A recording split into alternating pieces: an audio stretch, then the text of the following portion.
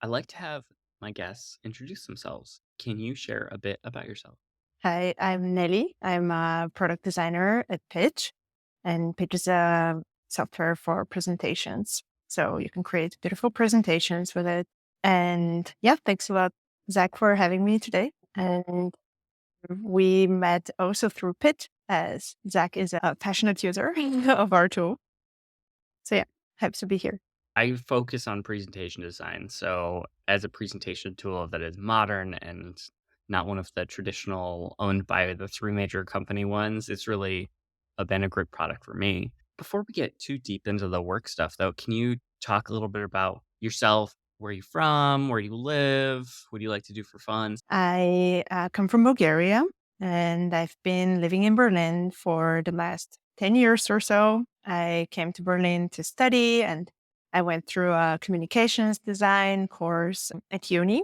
And this was definitely a very impactful experience for me and also my creative journey, as it taught me a lot about critical thinking, and it just introduced me to speculative design and digital design in general. And it was very much encouraged that we think more deeply about our relationship to technology. And we were creating some installations and pieces that were thought provoking in that sense. So this is how I got started with digital design. And then moving onwards after uni, I got into the UI UX field and product design. So I ended up working at some design agency and also later on joining Pitch as a product designer.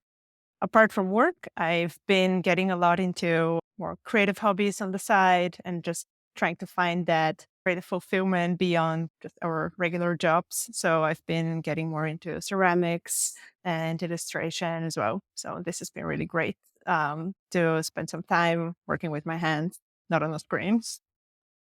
I think I probably mentioned it on the podcast before.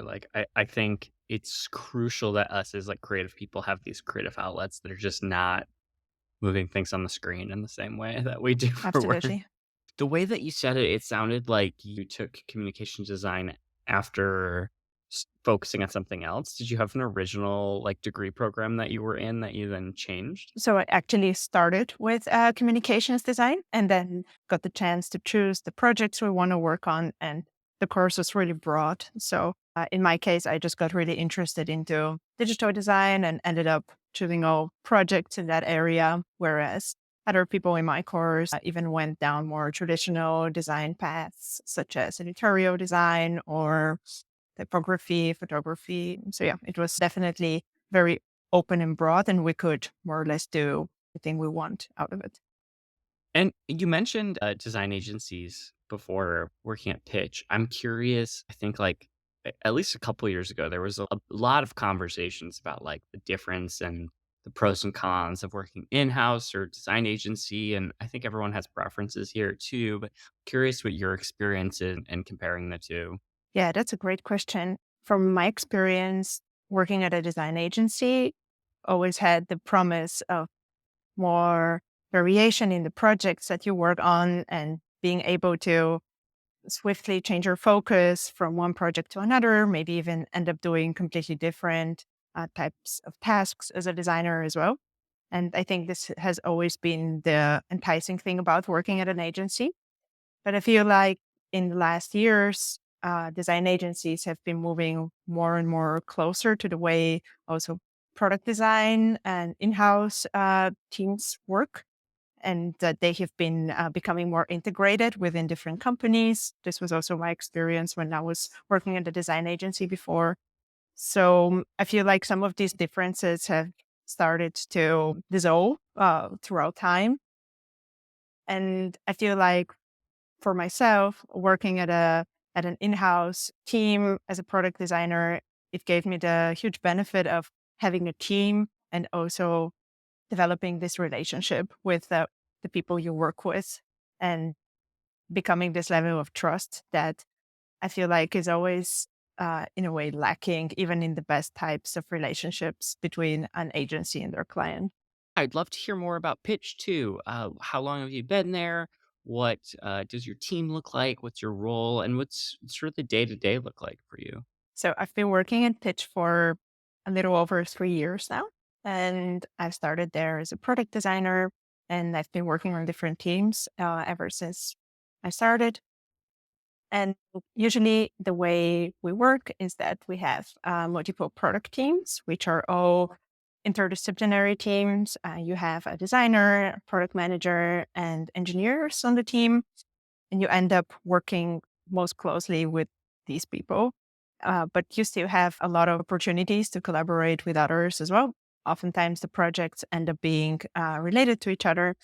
And we also try to foster a strong design culture in the company where we would hold company wide design reviews where you would be able to share your work as a product designer, get feedback from anyone, and also give feedback to anyone as well. So I think this is one of the great things we have going on in the way we do design at Pitch.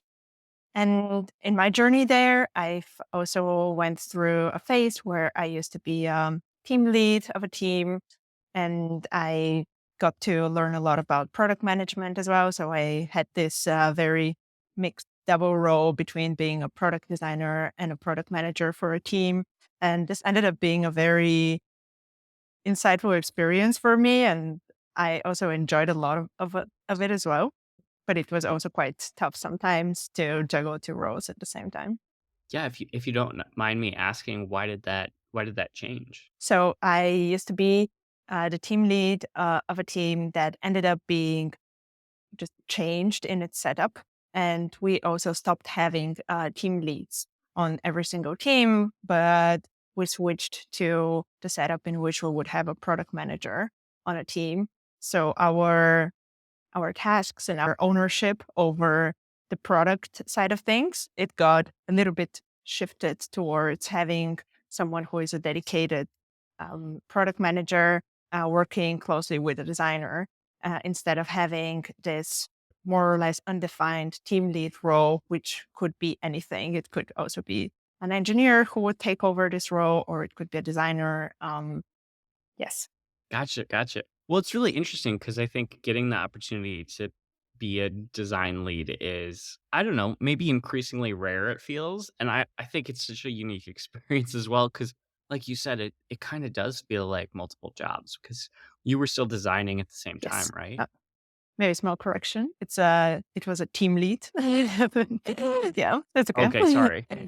Yeah, being a team lead, it's also something that includes so many different tasks. It includes taking care of the team, feeling like a team and not just a group of people, and making sure that there are rituals that get everyone working more closely and more smoothly together. But also it included things like thinking about prioritization and what are we going to work on next. And then on the side, of course, there's also all the things that you would do as a designer as well. So it was definitely a very varied role with a lot of different responsibilities in it. Yeah, it really sounds like it. And I would say, like, since we're talking about it now, I'm curious if there's any major takeaways for you from your time as a team lead. Like, is there advice you would give other leaders of product designers? I think one of the main things that I took away from this time was the importance of understanding product better, and that it's something that you can apply to your work not only as a product manager or a team lead, but also as a designer and an engineer as well. Literally in every single different role that you can have in a company, I feel like you can really benefit from understanding how this process works a little better, and also just feeling empowered as well to take part in it, whichever your job title is at the end, because I feel like we're all really involved in the way that we're building the product in all our respective roles. And I think another learning that I got from myself was not trying to do everything at the same time and not put yourself under so much pressure of being a great whatever you're doing. If you're doing multiple things at once, it's really hard to feel like you're doing a great job at all of the things you're doing. So I learned to try to focus at one thing at a time rather than trying to do the best that I can in all of the different functions that I was trying to cover. Such a crucial lesson. I seem to relearn it over and over Yeah. again. So I think we have a pretty unique opportunity because Pitch 2.0 just came out, and with a product refresh or redesign, whatever makes the most sense to call it, I would love to hear more about what that project was like. How long did that take? How'd that go for you? Because I think the result is great. There's definitely a lot of changes, so I imagine that there was a ton of work that went on behind the scenes here. Yeah, it was definitely a great project to be a part of. So our UI refresh or redesign, it's all started 3 months ago. And the moment that we got to work on this project, we were at a time where we had already spent a little bit of time thinking about our design quality and trying to improve the general state of the UI of the app and resolve design debt that has been collected for years and years of just shipping a lot of features in a very fast pace and just building up a lot of different places where we felt like some polish was missing or some consistency was missing. And I feel like this is something that anyone can relate to when they're working on a product for a longer period of time. You always have places like that which you wish you could improve. And we got the chance of doing that in this project, in which we set ourselves the goal to really simplify and modernize the way that the app feels like. And we managed to do this by setting ourselves some pretty clear goals and try to avoid the trap of redesigning everything and anything all at once, which I know many people have had the experience with, that it can be a really frustrating type of project where it feels like it's never going to end and you don't really have a goal inside as it feels so overwhelming and huge. So we really try to be focused about what we want to achieve and mostly focus on the way things feel and look like and be very mindful of that and try to avoid changing too much of how the product actually works within this project. You said design debt really early on, and I think we talk about tech debt a lot, and I think I hear, like, my developer friends talk about tech debt, but I don't hear about design debt as often. Can you talk a little bit more about, like, what that looks like and how to sort of recover from that? Yeah, design that. It's a very curious and very, I would say, emotional topic as well. So the way I think about design debt is similar to how tech debt works, where you would have a cost to the velocity of the way you build things in having some inefficiencies of the way that you build a feature, or maybe having some redundancy or some lack of consistency. I feel like it's very similar what we sometimes end up having in design as well, where you might have different layers of different phases of the way you wanted to design the product, all living at the same time all at once, as you were maybe improving the design of the way you built the product while you were building it. So you end up having so many different ways that maybe it could be a button or a modo or any type of component looks like. And these things just usually build up over time. And in our case, I could also sense that there was a level of frustration with the way that our design system would work and the tools that we had on our disposal to design the product. So this was something that I feel like is quite common when you're working on a product for a longer period of time. And you would end up having these areas that lack some of the polish and the craft that you would love to give them, but you didn't have the chance maybe in the projects that you were working on. So we created a self-initiated project, which was called Design Quality. And it was what happened before we ended up working on the UI refresh. So it was something that really helped us try to tackle these areas one by one and do some small improvements on the side. It was literally our side project while we were working on other projects. And it was something that really helped us have a better foundation before embarking on a big refresh project. So I think this is something I would also recommend if you feel like this is something that you're experiencing as well in the product that you're working on. maybe consider trying to do this on the side and really work on these little rough edges one at a time with a group of other people who feel passionate about design quality and craft. Yeah, that sounds really productive because honestly, I think like the alternative is doing a ton of work that might then get changed quite a bit. Yeah. Eh, but I guess I'm wondering how that process works because I think like the longer I've been a designer, the more I realize there is kind of that line between there's the objective, the this is well designed, it's accessible, it meets the needs of our customers and our company and all the other qualifications. And then there's the subjective where people have opinions on what they think looks nice and what they like. Their colors to be and the stroke weight to be and all of those things. How do you make those decisions? How is the style set across so many different designers? And then probably I'm assuming people that are non-designers as well were part of this process. How are these decisions made and how do you sort of align on one direction as a group? Yeah, that's tough. Definitely, it's something that can happen, having too many cooks at the kitchen all at once. In our case, we started our UI redesign project in a very collaborative way in which we try to hone in this energy and excitement that we had across different teams and all across the company. We're finally going to do something new. So we try to give everyone a chance to share their ideas and share some sketches, as well as just feel enabled to talk about it and share what they think.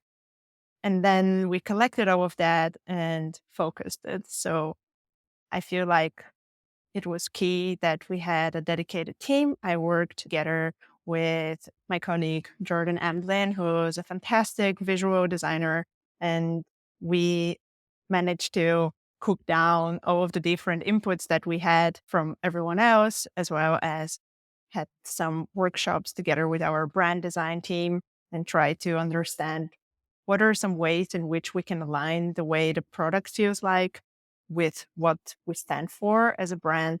And we managed to combine all of these different inputs into one thing. But it was definitely a process and it didn't happen all at once. But I feel like what was really helpful to us was try to come back to these values that we talked about together with our brand design team and try to translate them into something visual. So if we would say we want to be an approachable product and we want to enable anyone to create beautiful design in their presentations, what does this mean in a visual sense? And we had some exercises like that that really helped us turn these vague ideas into something more tangible and then translate it into the way we tackled the redesign as well. Nice. I like the values driven approach. I think that's probably the right strategy for everybody.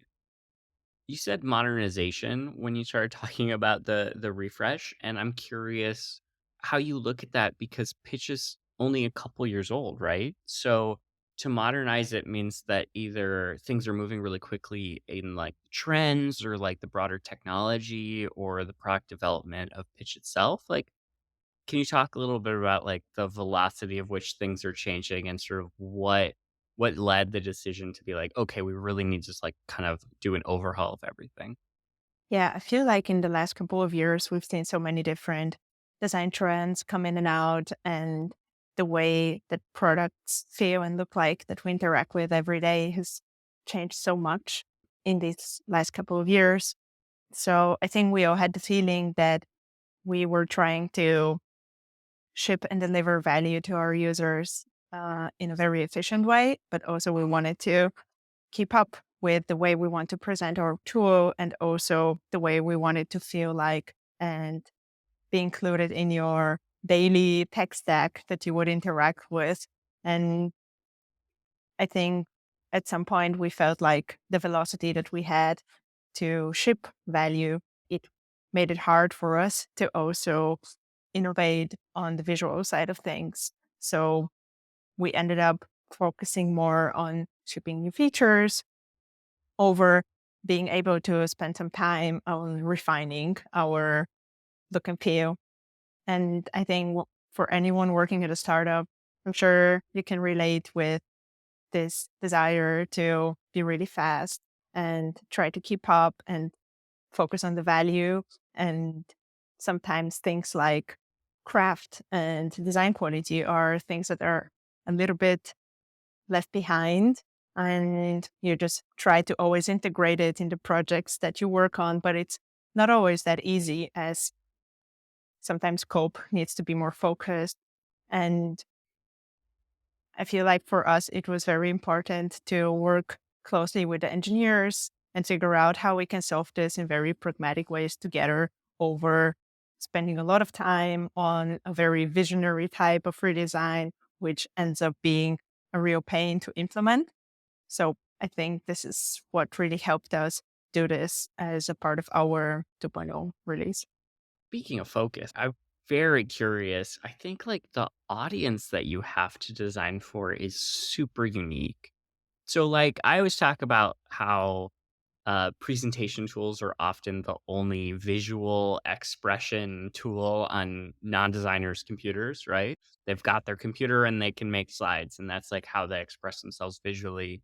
And then I think there's like the other side of this where you've got like designers and like the designers that make Figma or Adobe tools or a video editing tool, they're designing for other designers, which is itself its own challenges. But you've got this unique thing where you're like designing for designers and non-designers and sort of every kind of level of ability and people that care about those little tiny details and people that are just looking for like the quickest way to do something. Like I think that's such a unique challenging sort of field that you're in. Like how do you find the right balance for your audience and how do you design specifically for everybody? Yeah, this is definitely one of the most exciting and also difficult things of working on a product such as ours.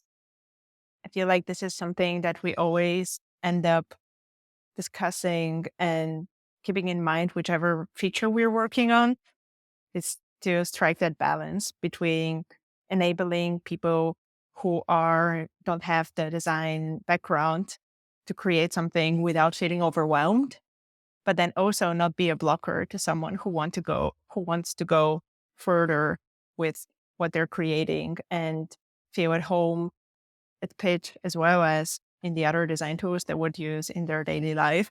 So I feel like this is a really interesting challenge for us. And sometimes we end up trying to make some tough decisions of, is this feature going to be more or less used or useful to this or that type of person? And it's something really difficult to try to design for everyone all at once. So some of the features really end up being more or less tailored towards a more general use case or a more specialist use case. I literally can't imagine, and it's funny because like, I come to pitch as someone with a very specialized use case, and I'm always like, "Oh, it would be so great to have this, but I very much understand I'd be the only person using it or one of few," sort of thing, so, yeah, what a good challenge that you have. Are there any lessons from Pitch 2.0 that you will be bringing with you for the eventual Pitch 3.0? Yeah, everyone knows after a redesign, soon comes the next one.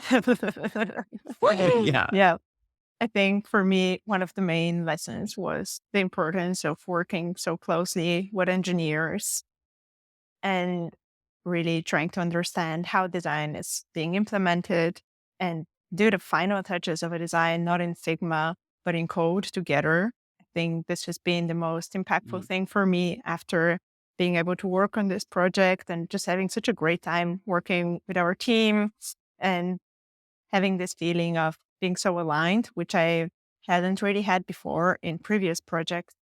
And I think this is largely to the fact that we were collaborating so much directly into what they were working on. So, for example, we would create a sketch of what we want to achieve in Figma, and we would try to break tasks down, but we would try to avoid having a very detailed handoff, but we would rather start testing what an engineer would start building, and we would refine it as we go through leaving comments on GitHub and basically avoid having to have Figma as the only source of truth, which we all know will never be, as it's really hard to define everything down to the pixel in a way that is helpful and useful to the engineers. I'm curious if you if you're editing code yourself and what that experience is like and how much of a background in coding do you have? I don't have much of a background in this regard, but Jordan, the other designer I work with, is one of these special unicorns who can do it all. And it was very inspiring to me to learn from him and also just observe how engineers would work as well. So I tried to work with them through leaving some comments and reviewing things in detail. And also sometimes just sitting together, as we also had the benefit of sometimes working from the same office. So basically reviewing things while sitting on the same desk and making sure that we mean the same thing when we are looking at a design, looking at a piece of UI. And after having this opportunity, I felt like I would want to learn more about it and feel more enabled to understand how front end actually works and how our designs are being implemented at the end. Yeah, I didn't mean to bring up the decade-old question of should designers code, but I just find it interesting.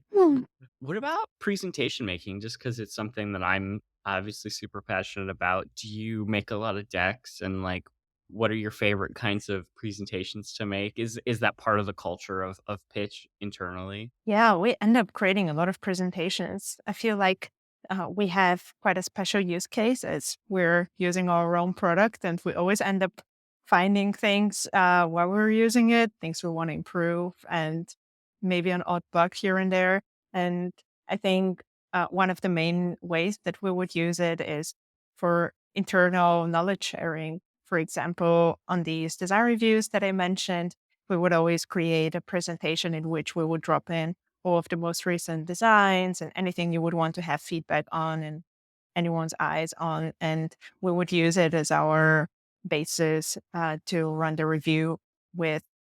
And we do this a lot on various projects as basically a knowledge sharing tool. And we end up finding a lot of different areas of how you can use pitch or how you can use presentations to communicate ideas more clearly, as you're forced to be more mindful of the amount of text you're sharing. For example, if you're going to use it in a sync type of way, or also thinking about more interesting ways in which you can visualize what's happening on your slides.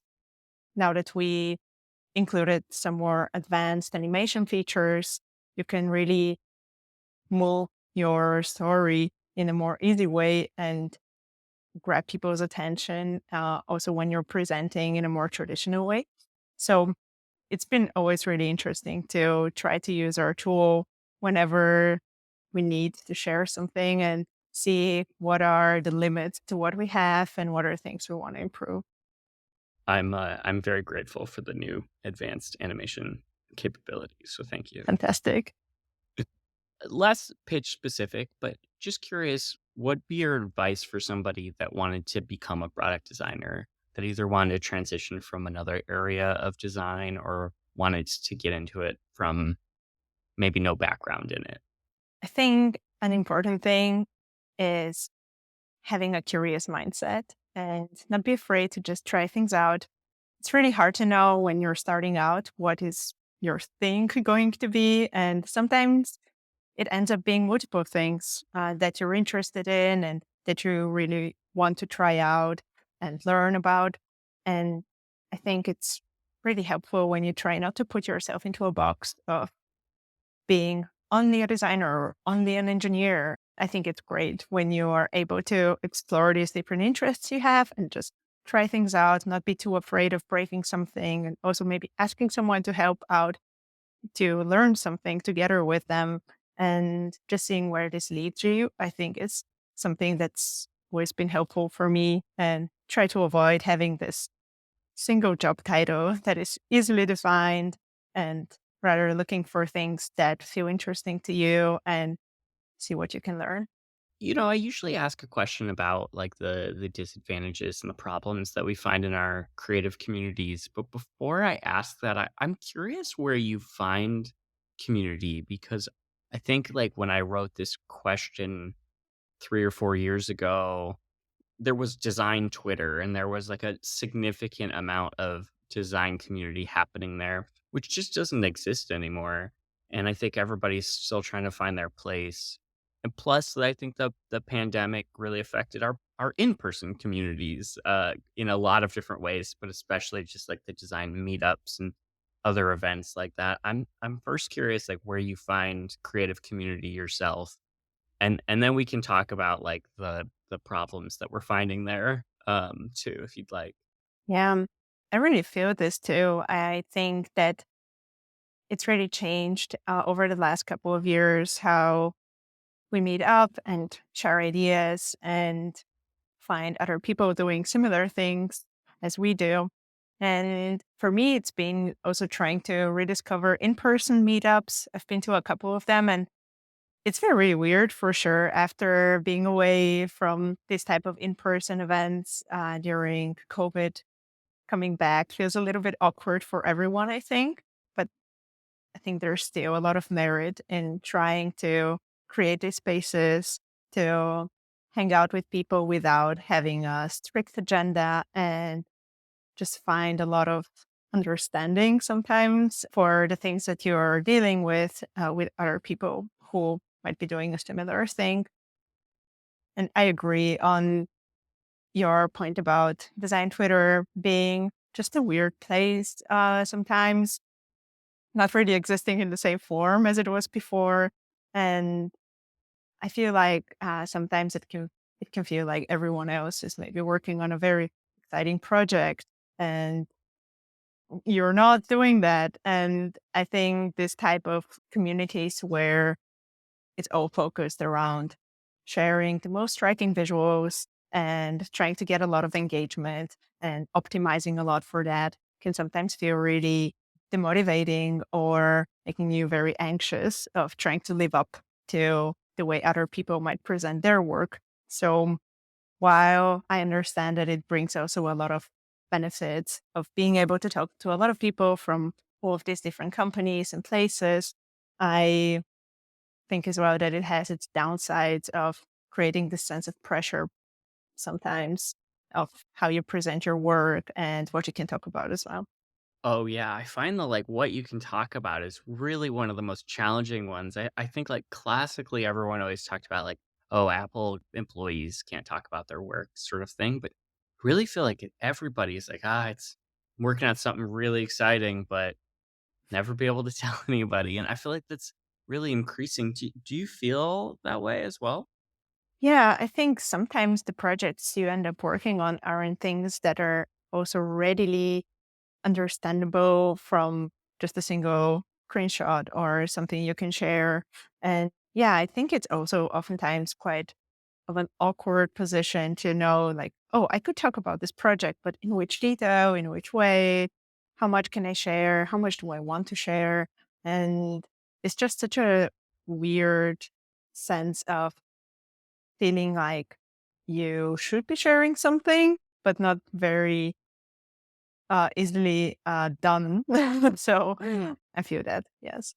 Something you were talking about, with people just showing, like, their most exciting projects or these really, like, well-polished sort of mocks and stuff like that is there's this Instagramification of things where people are only, like, selecting the highlights and showing those, and then there's also, like, the toxic positivity of, like, "I've got the most amazing job, and I'm working on the best thing ever." Between that and then, like, the other problems in our field, I think it's still at times a not very diverse field, like, how do we move forward from all of these things? Yeah, I've been thinking a lot about this as well. I feel like one of the ways in which to avoid this very boxed in way of sharing your work and talking about your work is rediscovering the joys of having a personal blog. This is something that I've been really admiring seeing the comeback of, and I'm a very passionate user of RSS feeds and these very old forms of sharing things on the internet. I feel like there is a rediscovered excitement about, and people feeling like they can create their own little corner on the internet, just talking about things that they're interested in and not having to follow whatever the algorithm is optimizing for, but basically opting out of this. And I really love to see this happening. And I think it's just bringing back some of the excitement of creating things for the internet beyond these platforms that we end up using so much. And diverse topic, I think that it's important to be mindful of what type of teams are you working at, and maybe what kind of bias is existing in this round within yourself and also within your whole team, and just trying to address that as well. And I think this is something that is also coming up now even more so, now that we're all tackling and grappling with the topic of generative AI and its own unique biases that it's bringing into the way that we work and we create.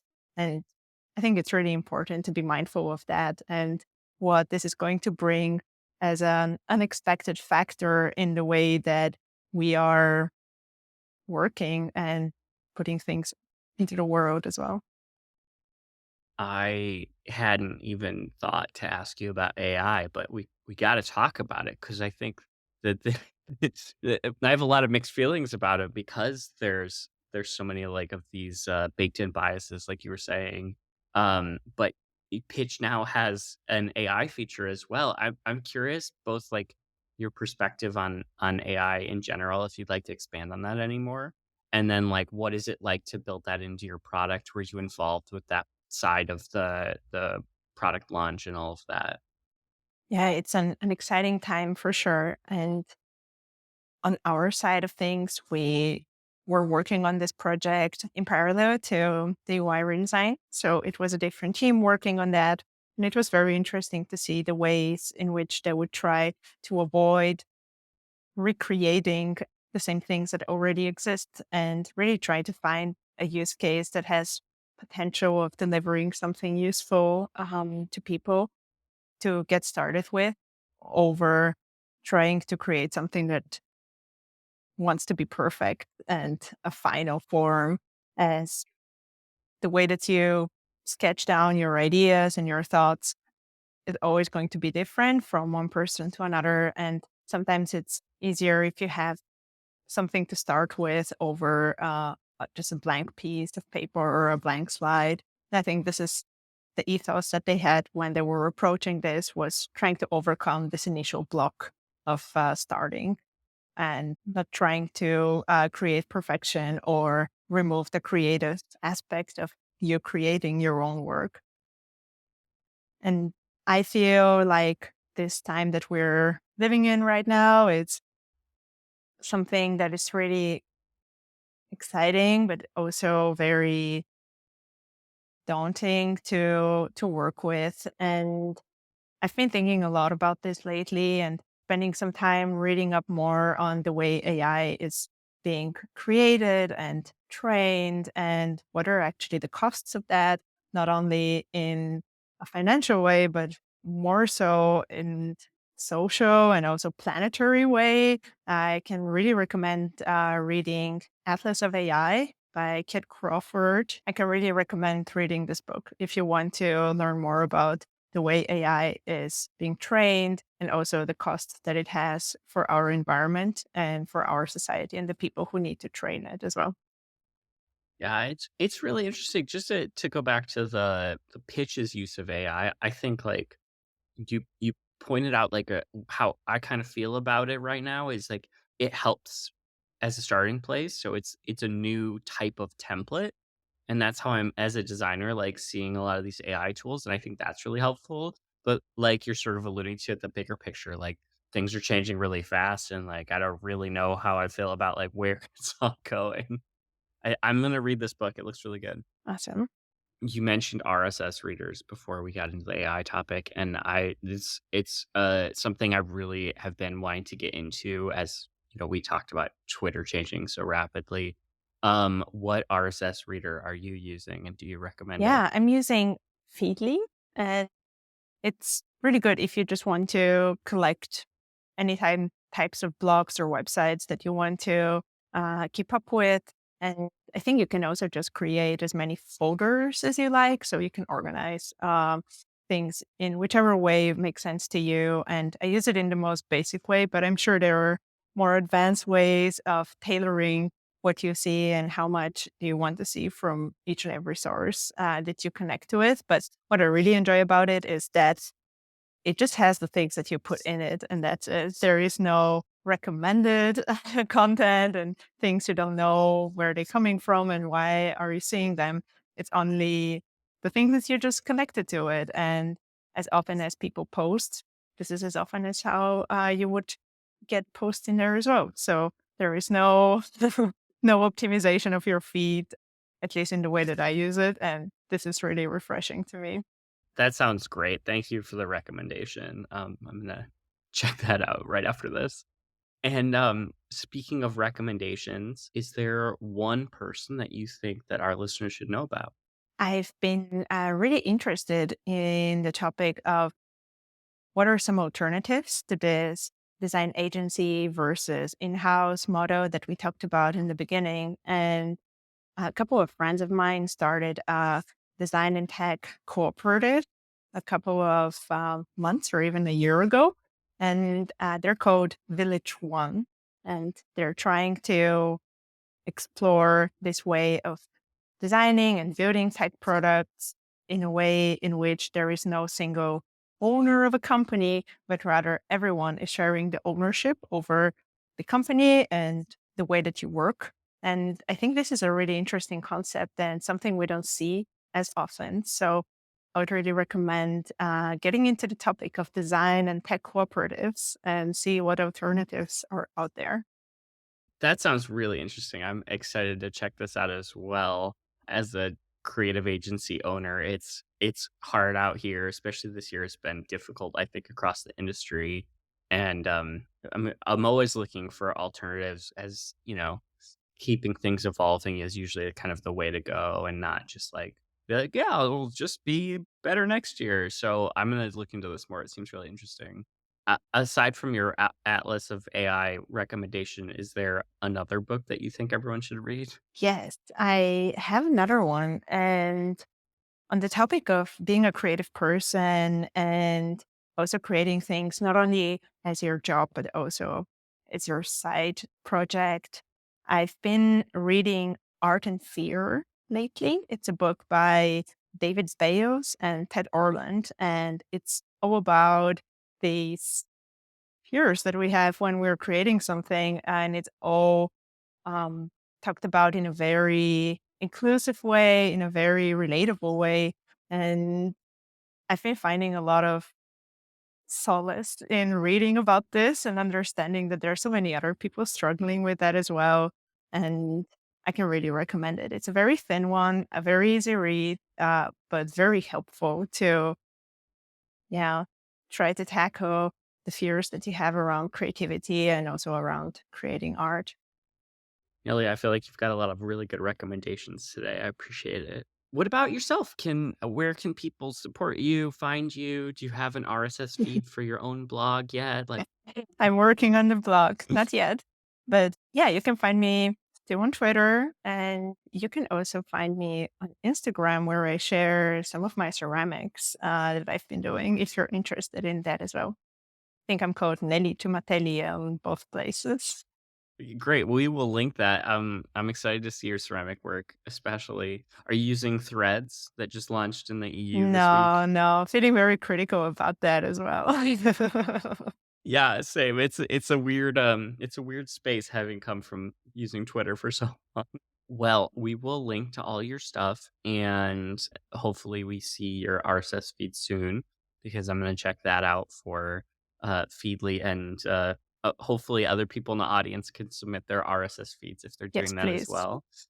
Nelly, thanks so much for being on Bezier. It was great chatting with you. Is there anything else you'd like to share or send us off with? Thanks a lot for having me. It's been so fun talking to you about all of these things that have been happening. And I feel like maybe a parting thought also now that we're wrapping up 1 year where so much things has happened in the tech industry and the design industry as well. It's a reminder that I try to keep for myself and also try to remind others as well is that trying not to put all of your sense of identity and value in your work now that our work is changing so much so rapidly. And yeah, trying to find some time to do things on the side that are just for ourselves and for our own enjoyment. And yeah, maybe trying something new and something you're not so good at yet and see where it takes you. So I think this is helpful.